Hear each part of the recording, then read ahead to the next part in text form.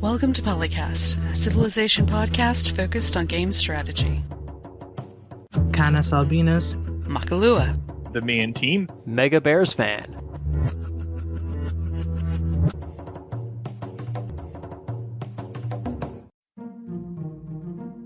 Yeah.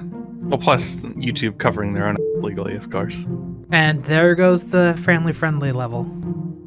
I guess I have to actually press the start streaming button, huh? Oh, and actually, oops. Well then, shall we begin? Excelsior?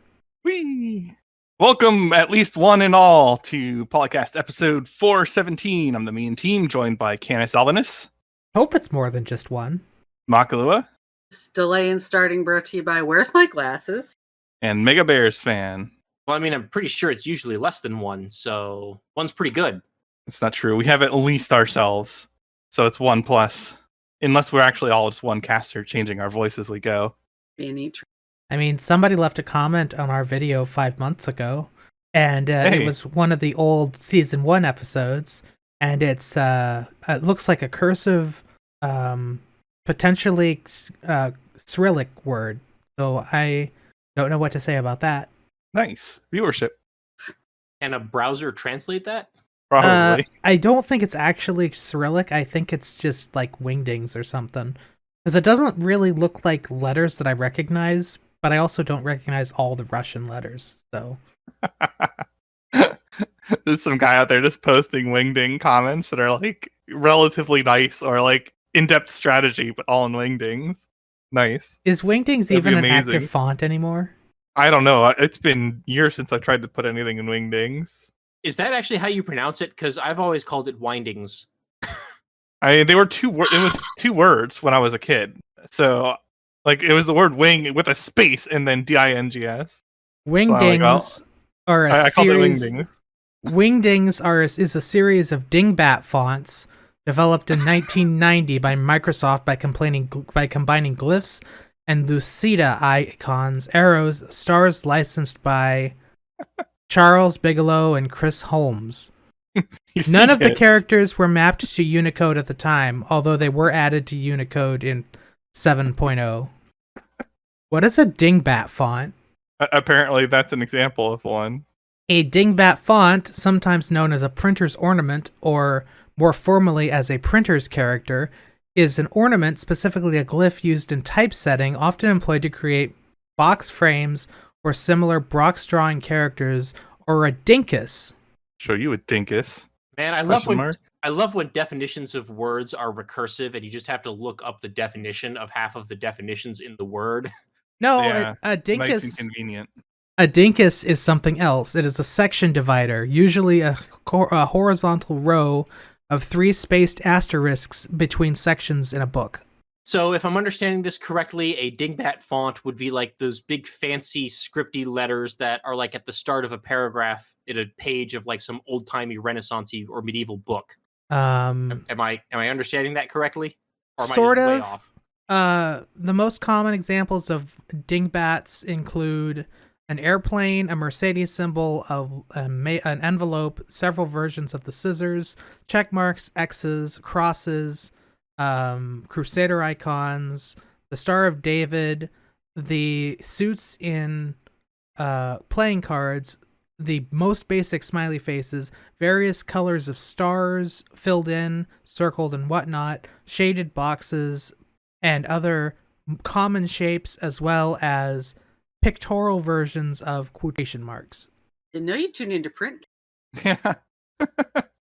There's like 4 different varieties of cross, and then the Star of David, and nothing else in the religion section. So I guess we can figure out who made that.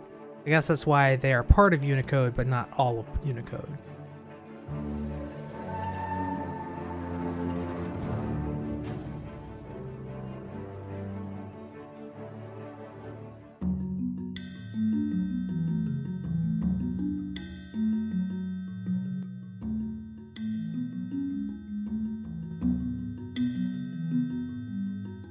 Anyway, we should start talking about Civ. Yeah, especially since we have a relatively newsy topic for a change on it. Pretty important one. Too bad there's not more information about it. But anyway, 2K announced recently that they're hiring a new games chief operating officer for Firaxis Studios. Heather Hazen, sorry, will be the new studio head at Firaxis. And the old studio head who'd been there for, according to this, a couple decades, Jake Solomon, is leaving, and I don't know what he's going and doing. But yeah, we've got a new head studio. So she is formerly. Hold on a second. Okay. I don't want to interrupt, but there were several things that you misstated there. Oh, okay. Heather Hazen, who has been promoted to studio head, was formerly the Firaxis Chief Operating Officer head. The previous studio head was a guy that was named, what's his name? Why do I always do this? Dave something. He's basically been at Firaxis since Steve Martin, who has been there for 25 years, which means he's probably been there since almost the beginning of Firaxis as a studio. Yes, you're right. I see now. Jake Solomon was the creative director, not studio head. Different job titles. My mistake. Jake Solomon was the former creative director for the XCOM franchise and Marvel's Midnight Suns, and has announced that he's leaving the studio after 2 decades at the studio.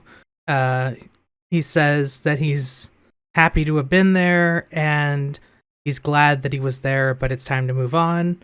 Ed Beach will continue as creative director for the forthcoming Civilization games.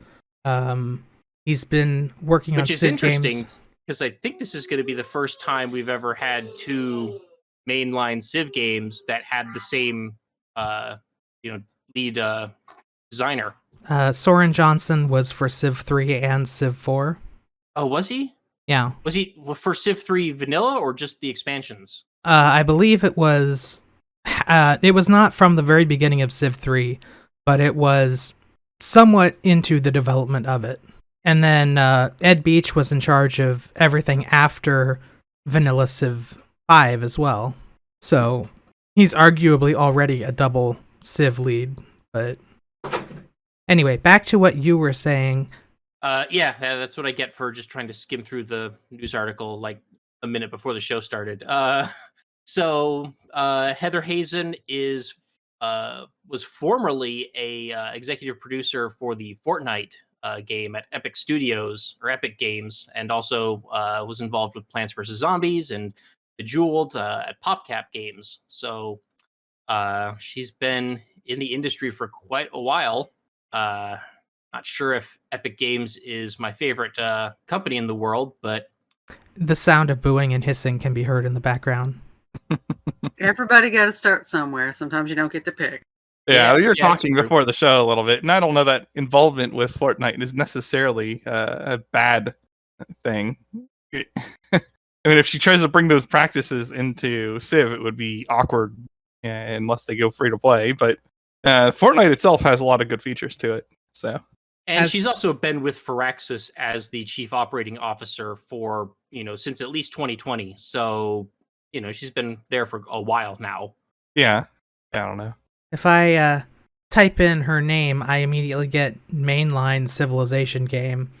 So she's already been strongly associated with Firaxis, which is fine. Oh, apparently the 5th result is 1940 census results for Heather Hazen, so not sure what that means. 40s? Yeah. This is not the same person. Or something. Yeah, probably not. Okay, so there's not a whole lot of information about her on the internet that's easily accessible without me digging into people's profiles, which I don't want to do live on it. So yeah, we'll try not to hold the Epic Games experience against her. We'll see what Firaxis does with their games from here on out, and maybe they'll turn out really well. Maybe they won't. Maybe everything will be just fine. Let's hope so. It'll probably will. I'm sure it'll be fine. The other big news, I don't actually see it referenced in this particular news article you linked, Canus, but the other news over the weekend, or over the past few days was that 2K or Firaxis confirmed that they are working on their next big game, and that it is probably Civilization 7. Did they say there was probably Civ 7, or did they just say the next iteration? Oh gosh, I have to. I saw it in a tweet, and I don't remember the exact wording of the tweet, but I mean, everybody is like 99% confident that they're talking about Civilization 7. Yeah, here's the... Oh man, that would be a troll though if they're like doing something else. It's Beyond Earth 2! Yeah. Here it is. I'm thrilled to have the opportunity to carry on the studio's storied legacy, beginning with the announcement that Firaxis is in development on the next iteration of the legendary Civilization franchise. Yeah, so they did specifically say Civilization. So Yeah. unless it's like Civ Rev 2 or Civ Rev 3. Or another colonization. Well, Apparently, I mean, that wouldn't necessarily be a bad game, but man, that'd be a pretty hefty troll. they're listing the Civilization franchise as one of the highest-selling and decorated franchises in gaming history, with more than 65 million copies sold to date. Well, I think as well, the hint, wink, wink was, if I remember correctly, there were 7 exclamation marks at the end, and that was something that everybody kind of jumped onto and was like, oh, yes, it's definitely Civ 7. Well, I didn't, because I didn't take the time to count the exclamation points, because I have better things to do with my time, but that's pretty cool. I'm I'm it just old, showed I'm up in sorry. my Twitter feed, so Yeah, I'm old, I'm sorry. yeah. I was gonna say, okay, Grandpa. Well, I'm used to being on the internet where if you have a bunch of exclamation points and there's no obvious reason why they should be there, I'm just going to ignore them as expended material, because you only need one to get your point across. So Now you have to hold that key down. Extra emphasis. And it needs to be in all caps. Yeah. Oh, and you have to throw some ones in along with the exclamation point. And some Windings letters Oh as no. well. Callback. He's mispronouncing wingdings. No. Wingdings, wingdingus. Why do I do this to myself?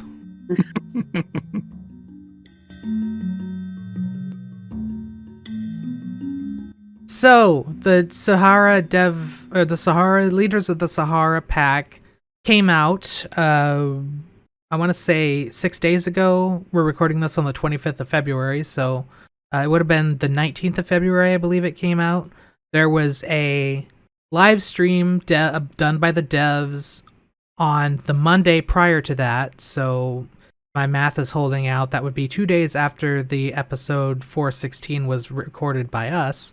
Thanks, guys. And Some things don't change. Yeah, this particular live stream, while interesting sort of in its own right, was nowhere near as interesting as the first dev live stream they did with the Leader Pass, because they didn't really talk about anything to do with the game itself in terms of like where the studio is going and what's going on in the future, or why they're even doing anything. It was almost entirely focused on talking with the guy who is their in-game anthropologist and historian, talking about why we picked these leaders and why they get the powers they do. And as much as that's interesting, because we did find out what all the leader abilities were, I'm a lot less interested in that than I am interested about, are we going to get like good patches with real patch notes soon? Are we going to get, answers to all these problems that keep happening? Are we going to be able to play the game with our friends on Linux anytime soon? Did the chat try to ask any of that? I assume they did, because it's Twitch chat and YouTube chat. I was watching on YouTube, so I could only see the YouTube stuff, but they were largely ignoring the chat. Since it's the internet, I would presume that if there's an inconvenient question, someone would try to ask it. Well, Regardless of whether it's a good or bad question. They always ask that. Oh, here it is. February 16th, 2023. Update notes. There weren't any patch notes included with this update. Whoops. See, I would be much happier if they just fixed the bugs. Yeah, agreed. Yeah, but we kind of know at this point, if they've got the new game even sort of softly announced like that they're going to... resources have been diverted away from anything except absolute game crashing, people can't play it bugs, not just, a small percentage of the user base that uses Linux can't play it. Well, oh well.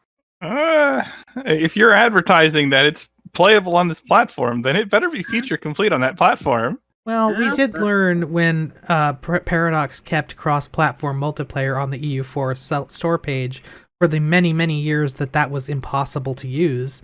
That the Securities and Exchange, or the Better Business Bureau, or the Securities and Exchange Commission, or whoever deals with that stuff doesn't seem to care. Yeah. Well, for one thing, it has to be reported to them by somebody. So if nobody ever bothered reporting it to any of these agencies, then they don't know about it. So It's true. But it would also be harder in their case because they're not a U.S. company. Firaxis is. So Yeah. they would actually be beholden to that as well. yeah, but Steam also is. So I would assume that if anything, they would make Steam, take down whatever, marketing stuff is in the Steam page that's misleading or incorrect. That's true. I wonder if Steam has any liability in that sort of thing for the if these game companies are falsely marketing features of their games on the Steam pages. I imagine if somebody tried to return a game on the basis of that Steam would have trouble refusing it. I doubt they would want to refuse it. Yeah. But that would certainly get Steam's attention. So people were doing a whole bunch of internal stuff trying to find out undocumented changes in this update, and there were a couple. They fixed a bug with Nadar Shah where what does it say? I don't remember. I can't read this because it was written in I guess I should look on Civ Fanatics forum to see if they have it there, but it says they added opponent is not district to the requirements. Previously it was only opponent not wounded or player is attacker. So I suppose Nader Shah also got +5 when attacking districts without the fix?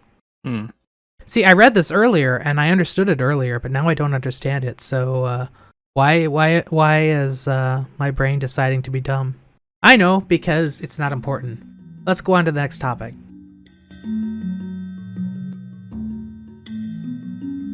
Which is the actual pack itself. So we'd seen that in the preview before. We have Ramses, an agenda, Ma'at, clears all features and improves all possible tiles. Oh, he's gonna clear everything off. What? Here. Likes civilizations with a high percentage of improved tiles. He dislikes civilizations with low percentage of improved tiles that found national parks. What Wow. a jerk. Yeah, dude. New ability of Abu Simbel, which will gain culture equal to 15% of the construction cost when finishing buildings and 30% when completing one. Ooh, that's a lot of culture depending on some of the wonders, although obviously that's going to scale better late game when you complete something that takes 10,000 hammers. Ooh, look, 10,000 culture. But in the late game, culture is not offensive, so it's it's a great defense against the culture victory. Yeah, because you keep Honestly, in most games, I'm spamming new civics every 3 turns anyway, so it's not really the culture's all that important at that point. Oh, I guess there are those things that happen later in the game where it's oh, hey, we're going to add 50% of your culture to your tourism, so that would help there, I guess. Yeah, but like I said, when you're already popping one of those every few turns, does it really matter that you're getting a little boost in culture? Late game culture policies could probably stand to be a little bit more expensive. Then again, I also play a culture heavy game, so maybe it just feels fast to me. It also requires that you're actually building those late game buildings, because for a lot of them, they might not even be worth the investment because, the game's already so close to being over. They're not going to return an investment on what you put into them. I gotta do something with my extra hammers. Yeah, because there's sometimes when you get to the point that you don't need to build units. The question is, would you just be better served to just do the culture projects in the city at that point? I never thought of that, but probably.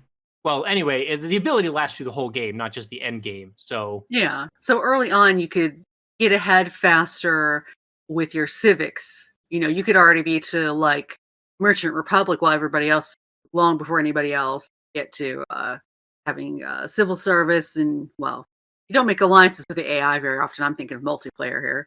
Yeah, I doubt it would make a big difference towards like getting the first government, because at that point in the game, you're probably just placing your districts and aren't really putting any buildings in them. So unless you get maybe an early game wonder or two, Hmm. then maybe you get a nice, boost towards getting your first government. But I think it's mostly just going to be a mid game advantage.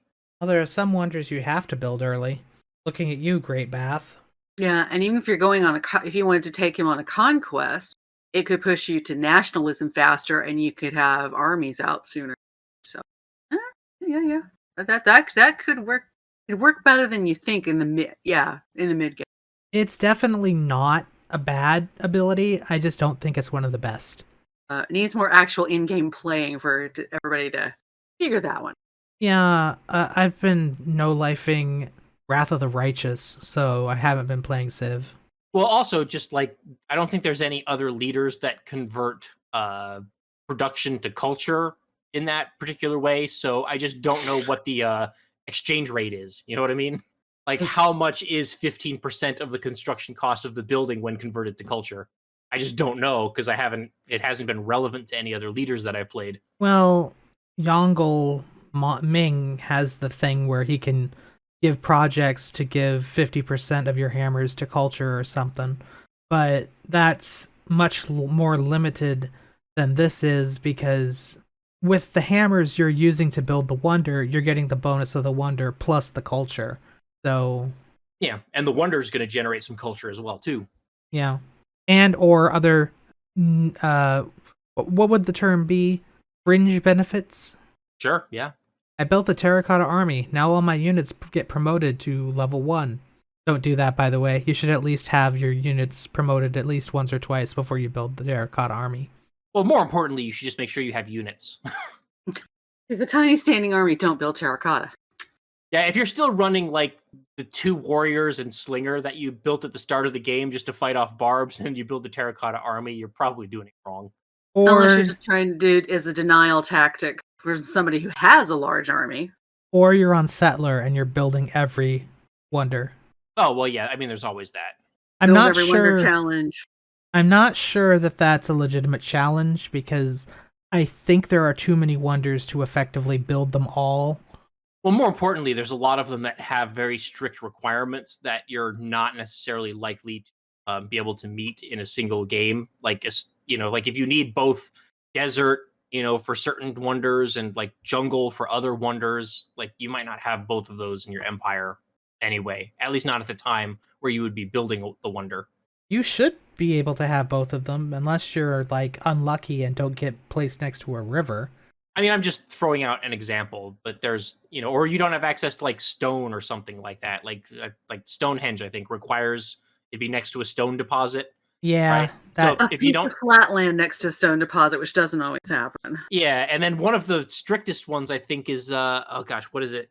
What is it called now? Like it needs to be like on adjacent to a river, but also adjacent to like cattle. It's like the Great Market or something like that. I forget. The Great Zimbabwe? Yes, that's it. Yeah, it needs to be next to cattle and on a river. It needs to be on a river and next to a commercial hub. Was there something that required cattle? I could have swore there was something that needed to be next to cattle too. Maybe there is. I don't know. There's so many of them, it's hard to keep. Yeah, they keep adding more and more in every DLC, and I'm just like, guys, there's too many already. Civ 6 Wonder Cattle. The Great Zimbabwe must be built adjacent to cattle. Huzzah, I was right. Yes, you were right. Is it also next to a river and also next to a market? It must be built adjacent to cattle and a commercial hub with a market, so it doesn't require a river. Okay, I was just wrong about the river part. Still, I'm not exactly like, chomping at the bit to build markets next to all my cattle pastures. So it's one of those things where it's just even if I'm planning for that wonder, it's a really easier requirement to just miss, and then it comes time to build the wonder, and I'm like, oh crap, I didn't build a commercial hub next to any of my cattle, even if I had the space to do it. At least with wonders like that, it's rare that the AI can steal it, because it'd have to get lucky. The Great Zimbabwe was according to legend where the laborers for King Solomon's mines were, which would be interesting considering where it is. Anyway, who's our next leader, Mackie? Ptolemaic Cleopatra. Agenda is, oh dear, his name, Basiliki. But she tries to build up food, and like civilizations, it also focuses on food. New ability is the arrival of Happy. But resources along floodplains receive +1 food and +1 culture. Gets +1 appeal on the floodplains instead of the standard -1. That's Good. nice. Yeah, the food and culture is definitely going to, particularly the food. If you've already got something like floodplain and there's, well, not corn, usually corn, not, I don't know. But if you have a food resource on a floodplain and then you add that and you add the culture, you're going to focus more. The city's going to grow faster and they're going to boom out. And also not having the -1 on the floodplains if you're trying things like building national parks, which her friend doesn't like. Nice to have more appeal in general. I love national parks, except for the one in my state. Well, I also love to build them in the game, which means I'm probably not going to get along with Ramses in too many games that I play against him. But whatever, again, that's a late game thing anyway. So at that point, he either hates me or loves me already anyway. Ramses has a really big nose. Sorry. Oh no, there's much more to add to that. She's just she's focused, gonna boom out her cities really fast. And also worth noting that the Egyptian unique improvement is the Sphinx, which you also build on floodplains and which provides culture and faith. So pretty nice. So we got one last leader from this pack. Yeah, for the Mali, King Sundiata Keita. Sundiata Keita, I believe. Keita. Okay, almost there. Agenda is Lion of Mali. He wants to be the civilization with the most tourism and dislikes those who compete in tourism. We hope you're not going for a culture victory against him. New ability, Sogolon, costs 20% less gold to recruit great people, and the market gains 2 great writing slots. And great works of writing receive +4 gold and +2 production. Ah, that's why you put the writing slots on the market. Yeah. I like this guy's, the cut of his jib, because I like making great works. And writing is always the one I have the most of because, it's the first one that's available, which means you get a ton of them, and there's not always a place to put the great works of writing. Yeah, this reminds me a lot of the Congolese ability, because they also get production or yields from great works. Yes. So for Congo, I think it's faith, maybe? No, it's food and production, and faith, and gold. Jeez. Yeah, Congo gets lots of stuff from relics specifically, I think. Yeah, that's right. They have to be relics. Yeah. So this one at least will be a lot easier and more reliable to get, especially early game, unlike Congo, where you have to get like a lucky roll on a goodie hut or something to get an early game relic. I remember Mad Jin was doing a Congo LP, and he got 5 relics in his capital, and it was giving him something like 9,000 faith every turn because it was bugged. This was right when Civ 6 came out. And he ended the LP at that point because it was like, okay, this is ridiculous. Yeah. Because it's like, what are you going to do? You can't play that because it's no longer... The game gave you a cheat code, basically. The game gave you 9,000 faith a turn. That's more faith than I think is normally possible to get per turn. But yeah, but I like that it goes together. Synergy type of thing. You do that, you get that policy that increases all of your yields and stuff by 100% in the commercial districts, and it's just going to go insane, the amount of money and the extra production. It's going to be real frustrating to play against this guy if you want to be recruiting great people, because he gets that 20% discount, recruitment. I guess it's only for the gold purchase. Yeah, but either way. Yeah. But he gets tons of gold, so... Yeah, it's Mali, so yeah. It's already Mali. And then now you have this with the market where you get the writing guys in there, and it's going to add even more gold. You get that policy in, and he's going to make a stupid amount of gold. He can sit there and buy all the great people, not just the great writers that he wants. Mali, so they already get, I think, bonus production, bonus gold from mines, and maybe from other things too. I forget. Yes. That's going to be frustrating for somebody. Oh, hey, I was going to do a culture victory night. Oh, no, it's Mali. And it's not ha ha ha ha Mali either. No, exactly. I really liked fun. it. I liked it when he did that, except for the fact that it was so loud that it hurt my ears. But I'm sad that he doesn't do it as much anymore. Yeah, it was amusing for sure. I feel like, You can tone it down a little bit, maybe just have the volume so that it's in line with every other voice line from every other leader. But so this is what I would call an example of a good DLC pack, or at least acceptable DLC pack. Maybe we needed more than just one nation other than, Cleopatra. I don't know. Do we have any other sub-Saharan African or Saharan African civs in Civ 6? Because then you would have to add another civ, which would be a whole thing beyond the Does framework. Ethiopia count? I believe it does, although I mean, it borders the Sahara. I'm trying to think. Like, I guess there are other leaders you could give for Ethiopia. Numidia could have one, I guess. Morocco. Is Morocco in Civ 6? Morocco's not in Civ 6. No, that was Civ 5. Let's see. Algeria, Tunisia, Libya. I mean, I guess does Carthage or Phoenicia count? Technically, yes. Although they didn't really go that far away from the ocean, so I guess Carthage is modern-day Tunisia, except for the fact that it's a different people and a different language and a different culture. But sure. It fits with some of the other implementations of civs, right? So, hey. I mean, we've got the Romans doubling as modern-day Italy, right? Yeah. And the usual India nonsense. Yeah. And the mess that is China. It's true. There are just not enough civilizations in Africa. In game, not in real life. There's plenty of civilizations in Africa. I was going to hold up. All right, guys, redraw the borders. He says there aren't enough.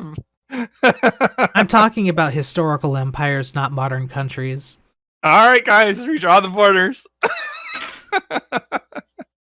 And maybe we have somebody that's not super famous every time and nobody else.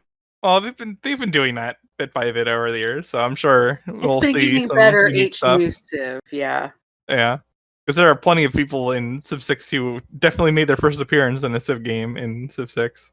Oh, yeah, Civ 6 definitely made an effort in that regard. I mean, just look at like vanilla Civ 6 launching with Scythia instead of going with like the Huns or the Mongols, as a prototypical horse archer.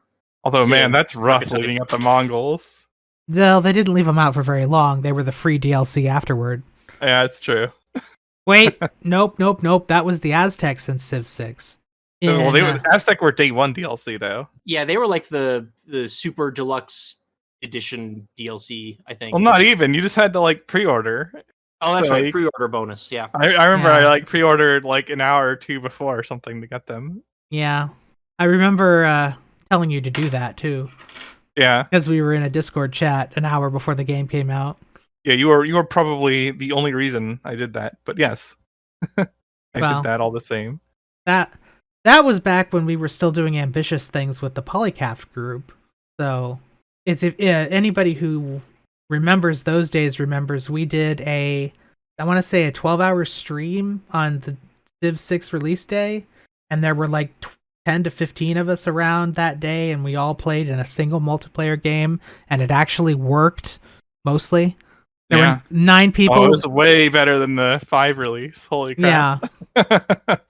that might be one of the advantages that the new studio head might bring, because a lot of her experience is on online multiplayer games. So At this stable point, multiplayer though, will probably be a very high priority for her. I'm gonna be perfectly honest.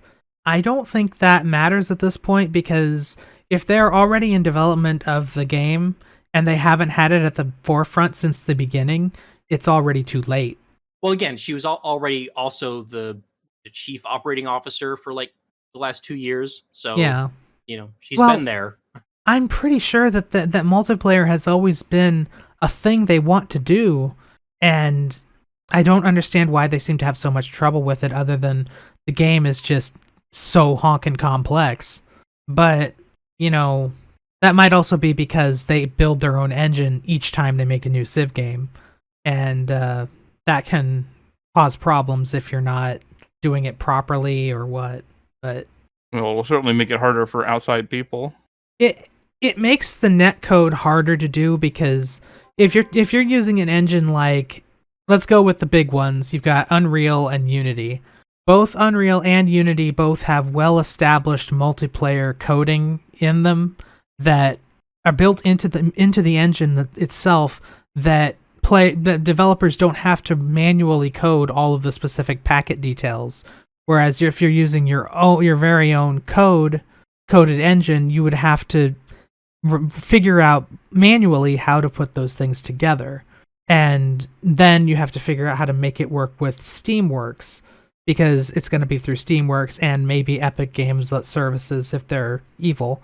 But like, it's a non-trivial thing. Networking is among the hardest things you can do in game development, especially if you're not using something that has pre-built support for it.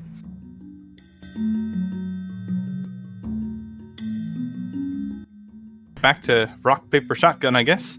And we have a community-voted 50 favorite strategy games of all time. And I am annoyed that there's a certain game not on the list. But then again, I'm old, so I also understand that. Well, did you notice which one was number one? Yeah, that's true. I was surprised at number one. I was surprised by how many games older than the last 10 years were on this list. Yeah, that's true. I was a little surprised to see Into the Breach above FTL. I'm happy to see FTL on the list. I'm still playing that. I do the multiverse mod these days, but a lot of hours in that game for me. For reference, the first game on the list is Total Annihilation at number 1, which was released in 1997. And it definitely deserves to be on the list because it's very influential and very impressive for its time. Number 1, though, I'm not sure. Yeah, like Warcraft 2 Tides of Darkness made it on the list. I understand why Warcraft 3 did, but man, yeah, if Warcraft 2 made it, then there's at least some people voting here who are reasonably old to have actually played the game. That was certainly one of the best in its time. Yeah, but of course it didn't age well compared to newer versions of Craft. We also have both StarCraft games in the top 10. Yeah, Warcraft 3 is way up there. Age of Empires 2 is number 2. Yeah. Age of Empires 2 is still being played competitively today and still has a player base on Steam that's fairly large in the MP community today. So the fact that it is that old, with that being true, makes a lot of sense why it's there on the list. Yeah. I don't know. XCOM 2 is number 4. I'm like, wow, okay. Like, you know. I'm really surprised to see Homeworld as far down as it is. I would have thought for sure that would be higher up in the list. Homeworld deserves to be in the top 10. Just because of the fact that innovative it was. Just because of the fact that it was and arguably still is the best representation of three-dimensional RTS combat. Yeah, for sure. And Warcraft also having 3 beat out the old StarCraft. That's impressive. Civ 5 beat Civ 6, which of course it beat did. Civ 4 too, which is BS, but whatever. Civ 6 beat Civ 4 as well. Well, every Civ game, mainline Civ game, is on here except for Civ 3. Yeah. Yeah. Of course, Beyond Earth also did not make it, although Alpha Centauri is definitely on the list too. But that's also, I think, pretty low in the list, which is surprising. Yeah. CK3 had quite a showing at number 12. A number of Paradox games made this list. Hearts of Iron 4, which I don't agree with, even though I like playing it. Yeah, and EU4. I was about to say Phil's favorite game, Hearts of Iron 4, is right up here. I think it's higher than Alpha Centauri. Yeah. 3 is here. Yeah, Hom 3 absolutely deserves to be in this list. Yeah, Command and Conquer. Yeah, right there at number 11. So it's like, yeah, that's much older, and that's like the... Red Alert made it too at 22. Oh, okay. Good. Again, I wouldn't put Red Alert over Hom 3, but whatever. I mean, this is people voting their favorites, so... I mean, they put CK3 over Civ 6. Like, what? Crusader Kings 3 is not mature enough to be as good a game in this list. Why is Stellaris even on this list? It's not really a strategy game. It's mostly a computer bogging simulator.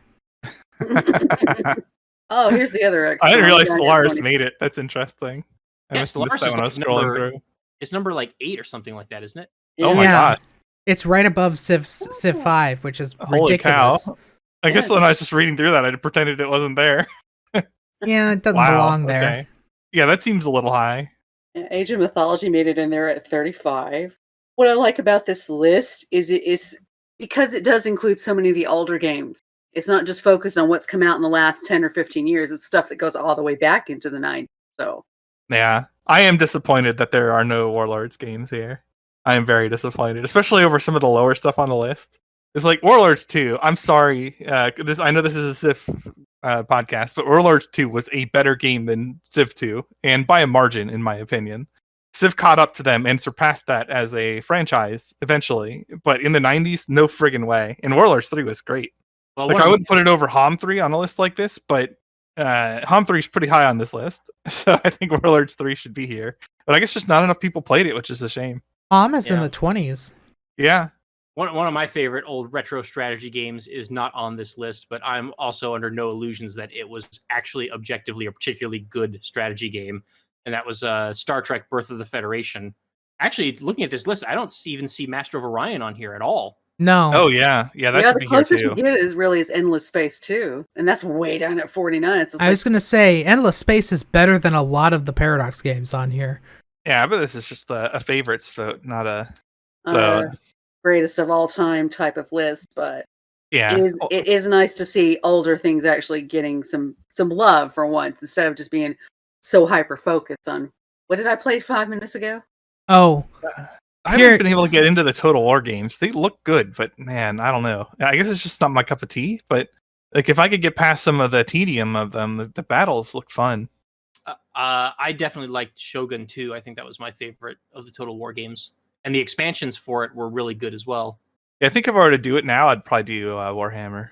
It says in the introductory paragraph that with so many mods and expansions coming up in the list, the votes for certain games became quite diluted. I won't spoil what we had to cut out, but basically we'd have a very different top 10 with StarCraft at number 1, followed by Command & Conquer, Civ, Supreme Commander, Age of Empires, XCOM, Total War, and Warcraft.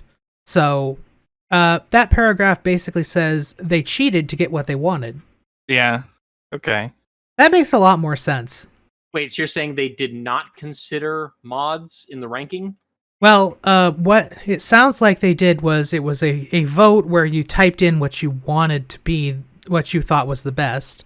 So if somebody typed in a mod of a game or a specific expansion pack, they may or may not have been counted properly with regard to the game that was on the list. I see. So it sounds like this is a sham list, and I shouldn't have put it on the list of topics. But even sham lists are fun to talk about and say, hey, that's not how this is supposed to work. And also, Doom 2 is on here. I could definitely understand. I was going to point that out.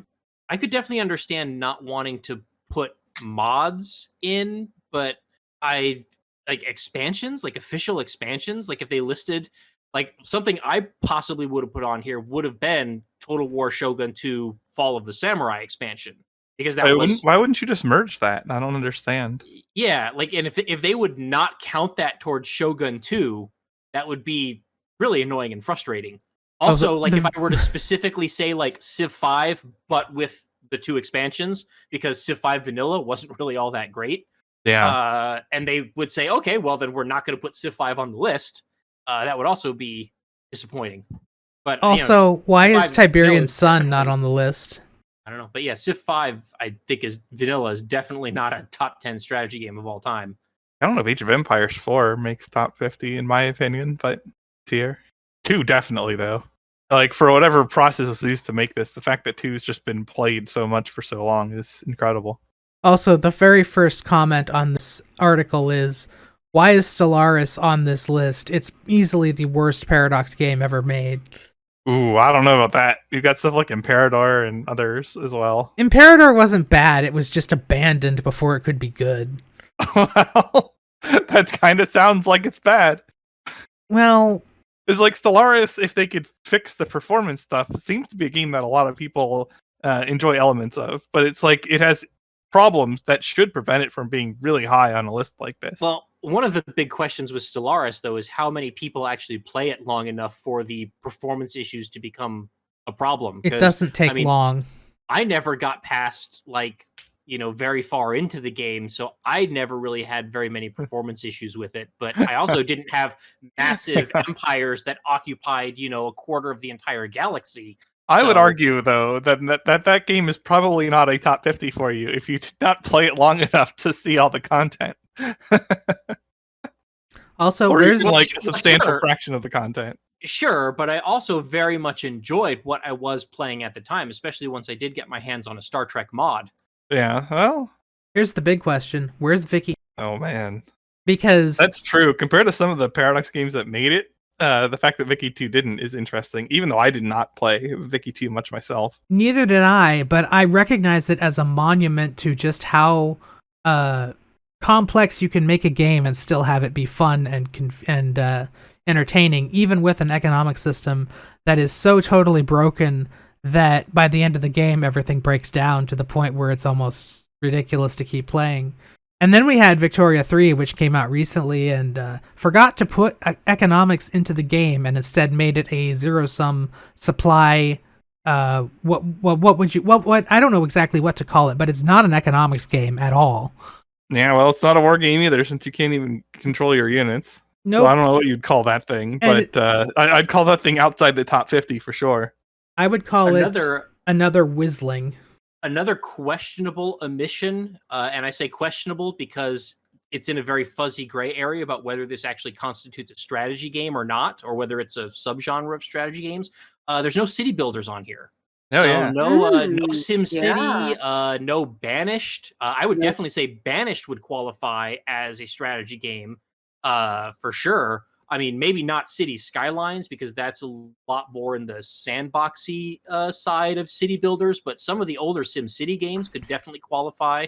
Yeah, with their scenarios and such. Because like FTL is a reach too. It's FTL like is a pure roguelike. roguelite, so to speak.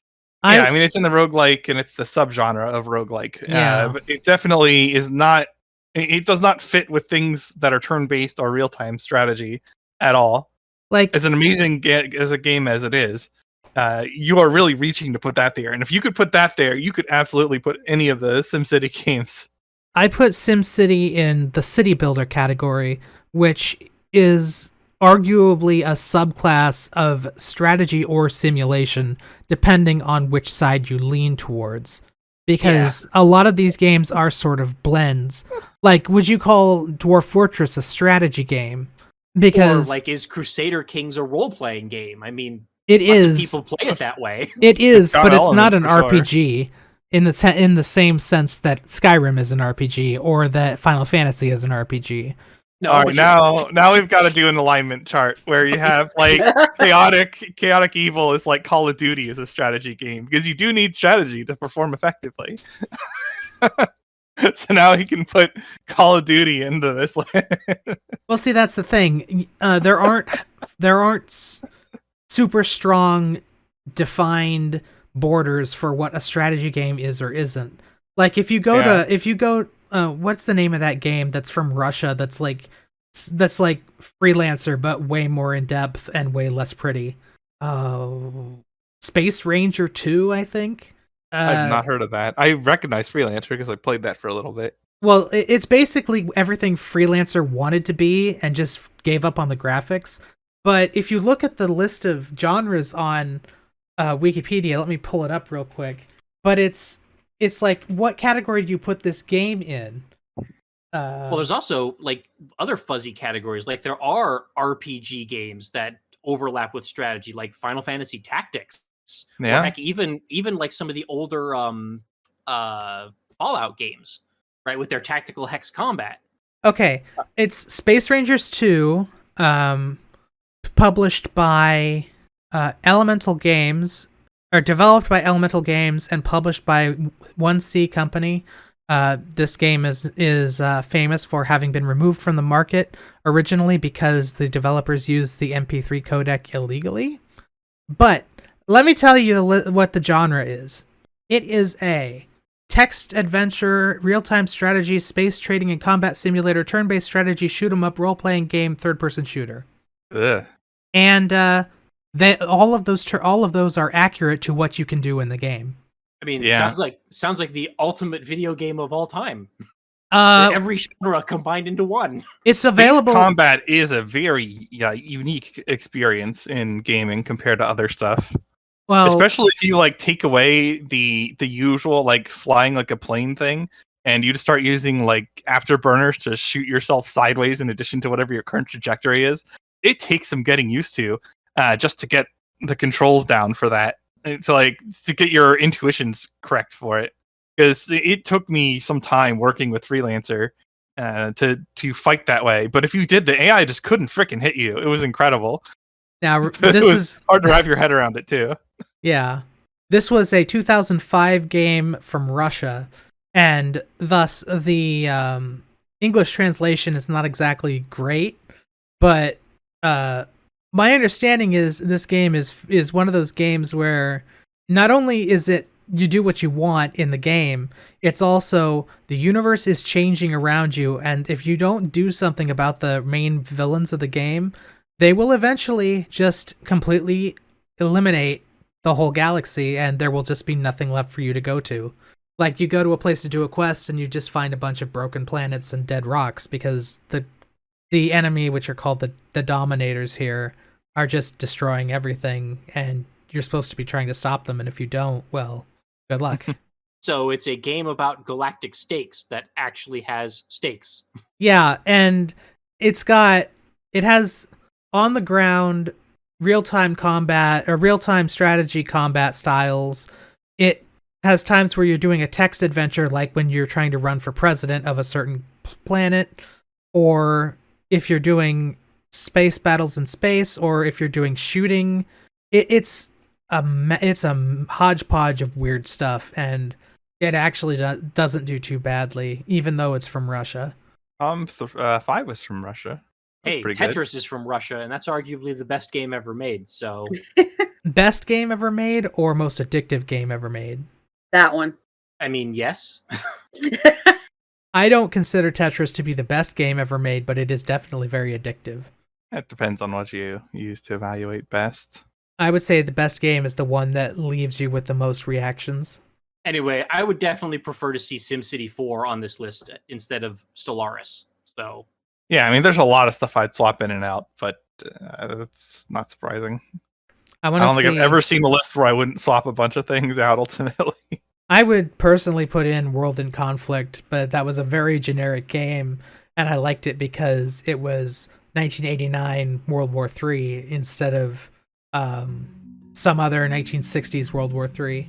And also, it actually has a nuke go off in it, so, and you get to fire it. And yes, it is an RTS. So, we've been going for almost an hour. Should we continue or let the later topics go to the next episode? Ooh, I'm good either way. I think we could probably carry them over to the next episode. I mean, none of them are super timely, right? Neither of them are going to be. They're like evergreen, but they will last for a while. They'll last at least until the AI bomb goes, but that's not going to happen for a while. If that happens, I don't know that we'll have to worry about it too much. So this is the part where the music starts playing. Yes, because this has been episode 417 of PolyCast. I'm Makahlua, and as usual, CanusAlbinus. And that's where my brain goes blank. It's always the outro, every time. TheMeInTeam. Raising is the optimal strategy in every game, no exceptions. MegaBears. I'm going to go do some deep city skyline strategizing now. Oh yeah, I heard you didn't like the DLCs. The newer ones. They're all kind of meh. They're all the same idea, just over and over again. Yeah, like if they had lumped all of those into like one massive expansion, it would have been an awesome expansion. But the fact that it's just like one at a time piecemeal is just kind of But they're also, because it's getting more towards more niche concepts. Like, I mean, how many cities in that game do you build a massive airport in? Like, not all of them. But every city is going to have like parks and mass transit systems. So those expansions that provided those content get a lot of use. But massive airports and universities, not so much. Yeah, I personally enjoyed the university one, but that's because I wish I was in college again when I'm feeling weird, which is always. Yeah, none of them are bad. It's just the comparison I say is that the City Skylines content bucket is getting very full. So every new expansion is just like another drop in that bucket. but it's also a much less substantial drop. I if that mean, makes sense. can't they just make more buildings and more options for, like, can't we just have a traffic mod that lets us put in roads, puts in pre-built roads that'll actually help us with our traffic concerns rather than, you know, just give us another thing that we can try to make work with the mapping out system, because I don't find that entertaining as much. I find it much more interesting to play the game and try to build cities that look futuristic. I mean, maybe more art packs would be better than just, oh, it's the same feature with a different coat of paint. Well, and I'm still waiting for public beaches to be in the game. Just like, how is that not in the game yet? Yeah. So many of these expansions were a perfect opportunity to add them. They just don't, and I'm like, erg. Well, anyway, it might be a problem because sometimes it's hard to do stuff with water in games like that. But anyway, now that we've talked about city skylines, it's time to say goodnight.